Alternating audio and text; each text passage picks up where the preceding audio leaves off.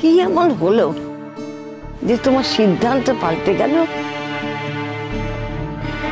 দেখো, আমরা সবাই আশা করেছিলাম যে আমার নাতনির একটা ভালো বিয়ে হবে, একটা নতুন জীবন পাবি ও। আর ঠিক সেরকম সময় তুমি এমন একটা কঠিন কথা বললে।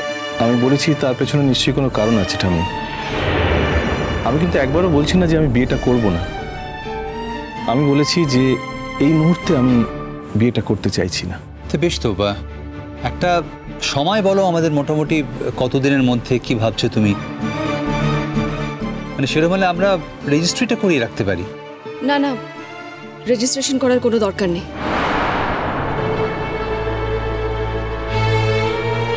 বিয়ে যদি হয় তাহলে সেই সময়ই রেজিস্ট্রেশন হবে। আর রেজিস্ট্রি হয়ে গেলে তারপর যদি আবার কি, তারপর যদি আমার মনে হয় আমি আর মিনিকে বিয়ে করব না, ঠিক আছে, আপনাদের যেরকম ইচ্ছে, আপনারা যা চাইবেন তাই হবে। দেখো, তুমি কিন্তু এবার খোলাখুলি কথা বলছো না দেবমাল্য। তুমি কিন্তু এবার গা বাঁচিয়ে চলছো বলেই মনে হচ্ছে আমাদের। তোমার যা মনে আছে, যা অসুবিধা, সেটা আমাদের সবার কাছে খুলে বলো না। অসুবিধাটা তো একটাই, আমার মেয়ে আর 5টা মানুষের মতো স্বাভাবিক নয়, ওইটাই অসুবিধে। আর তাকে বাড়ির বউ করতে তো কোনো ছেলেই চাইবে না, তাই না? কিন্তু দেখো, এই প্রস্তাবটা তো তুমিই আমাদের কাছে এনেছিলে, তাই না? তখন আমরা সবাই একটু অবাকই হয়েছিলাম। অবশ্য এখন যখন বিয়েটার দরজার গোড়ায় কড়া নাড়ছে, তখন তোমার মনে হচ্ছে তুমি ভুল করে ফেলেছো। এটাই আসল কারণ তো? এটাই বলতে চাইছো তুমি? শুনুন, এই বিষয় নিয়ে আমি বিদেশ গিয়েছিলাম এই ব্যাপারে বিশ্ববিখ্যাত একজন ডাক্তারের সাথে কথা বলতে। এই যে তুমি বিদেশ গেছিলে, ওর কেসটা নিয়ে গেছিলে? হ্যাঁ, আমি কনফারেন্সে যেতাম না যদি আমার কাছে এই সুযোগটা না থাকতো। এই ভদ্রলোক সেখানে আসবেন জেনেই আমি বিদেশে গিয়েছিলাম। তো ডাক্তারবাবু কি বললেন, বিয়ে না করতে? ঠাম্মি, উনি তো আমার নৈতিক গার্জিয়ান নন যে উনি আমাকে বলবেন বিয়েটা করা উচিত কি উচিত নয়, বা আমি কাকে বিয়ে করব বা করব না সেটাও নির্ধারণ করার উনি কেউ নন। কিন্তু উনি যেটা বলেছেন সেটা হলো, ছোটবেলা থেকে মিনিকে কখনোই প্রপার ওষুধ খাওয়ানো হয়নি।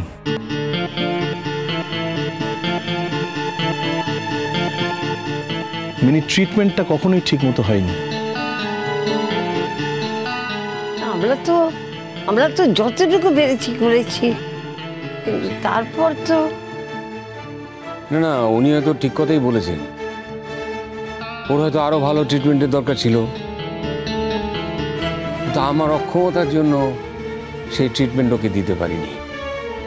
বাবা হিসেবে আমি খুব অক্ষম, অপদার্থ একজন বাবা। কিন্তু বর্দা, ডাক্তার যা যা বলেছিল সেই সবই তো করা হয়েছে। মানে ওষুধপত্র যা যা দেওয়া হয়েছিল সে সবই ওকে খাওয়ানো হয়েছে। দেখুন, যে ওষুধ ওর প্রয়োজন ছিল সেটা ওর পড়েনি। ইনফ্যাক্ট প্রপার ডায়াগনোসিস ওর কোনোদিনই হয়নি। ওর ব্রেনকে ডেভেলপ করার কোনো সুযোগই দেওয়া হয়নি। যে বিশ্ববিখ্যাত ডাক্তারের কথা বললাম, উনি তো স্পষ্ট বললেন যে প্রপার ট্রিটমেন্ট আর হয়নি। মানে ওর যে ট্রিটমেন্টের প্রয়োজন ছিল, মানে ওর মেন্টাল ডেভেলপমেন্টের জন্য, ওর ব্রেন ডেভেলপমেন্টের জন্য যে ট্রিটমেন্টের প্রয়োজন ছিল, সেই ট্রিটমেন্ট ওর হয়নি। যদি হতো তাহলে আজ ও আর 4-5 জন মানুষের মতোই কিন্তু সুস্থ স্বাভাবিকভাবে জীবনযাপন করতে পারত।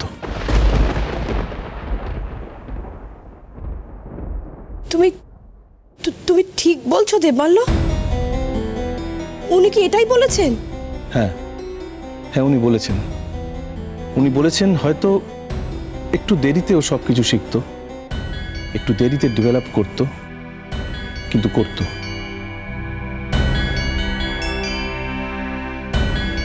ওর জীবনে অনেকগুলো বছর নষ্ট হয়ে গেছে, যাকে এখন উনি কিছু রেকমেন্ড করেছেন, এখন সেই অনুযায়ী ওর ট্রিটমেন্ট হবে। যদি ওর উন্নতি হয় সেটা কিন্তু আমরা সবাই বুঝতে পারবো। তাই বলছিলাম যে এখন বিয়ের চেয়েও অনেক বেশি ইম্পর্টেন্ট মিনিকে সুস্থ করে তোলা। কি করে ওকে সুস্থ করা যায় আমাদের কিন্তু সেটাই দেখতে হবে। প্রথমত মিনিকে একটা স্কুলে ভর্তি করতে হবে, একদম একটা বাচ্চাদের স্কুলে। এই স্ট্রাকচারের মধ্যে একটা স্পেশাল কেস হিসেবেই মিনিকে আমি স্কুলে ভর্তি করতে চাইছি। আমি করব, আমি দায়িত্ব নিয়ে সব কিছু করবো। দরকার পড়লে ওকে একটা কোনো ইনফর্মাল স্কুলে আমি নিয়ে যাব, যেখানে একদম ছোট্ট বাচ্চারা থাকবে আর কি। দেখুন, এইসব বাচ্চাদের মধ্যে যদি মিনি থাকে তাহলে কিন্তু মিনি নিজেরও ভালো লাগবে, কারণ ওর নিজের মনটাও তো 5-6 বছরের বাচ্চাদেরই মতো।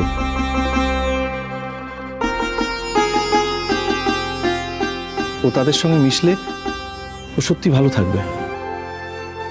আর একটা কথা বলছি, এটা আপনারা একটু মন দিয়ে শুনবেন। মিনি এত ভালো গাইতে পারে, সেখানে যখন ওর ব্রেন ওয়ার্ক করছে তখন অন্যান্য সব ক্ষেত্রেই ওর ব্রেন ওয়ার্ক করার কথা। অবশ্য ও গান যখন গাইছে, মানে এই গান গাওয়াটা ওর একটা সহজাত ইনস্টিংক্ট, কিন্তু গানটা যখন ও প্লেস করছে সবার সামনে, তখন কিন্তু শুধুমাত্র ইনস্টিংক্ট দিয়ে হচ্ছে না।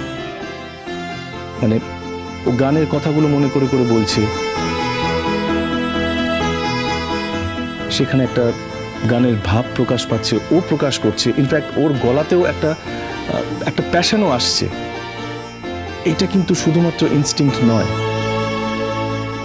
এইখানে ওর ব্রেন ওকে সিগন্যাল দিচ্ছে বলে ও এই কাজগুলো করতে পারছে। তাই আমার মনে হয় যে এটা পারে, তার পক্ষে অন্যান্য বাকি সব কাজগুলোই কিন্তু করা সম্ভব।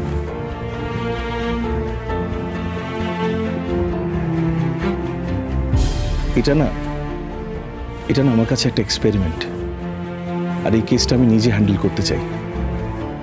তাই এই মুহূর্তে বিয়ে করে মিনিকে একটা সম্পূর্ণ নতুন জীবনে নিয়ে গিয়ে একটা নতুন স্ট্রাকচারের মধ্যে ফেলে আমি ওর এই মানসিক গ্রোথটাই, মানসিক ডেভেলপমেন্টটাকে আমি ব্যাহত করতে চাইছি না।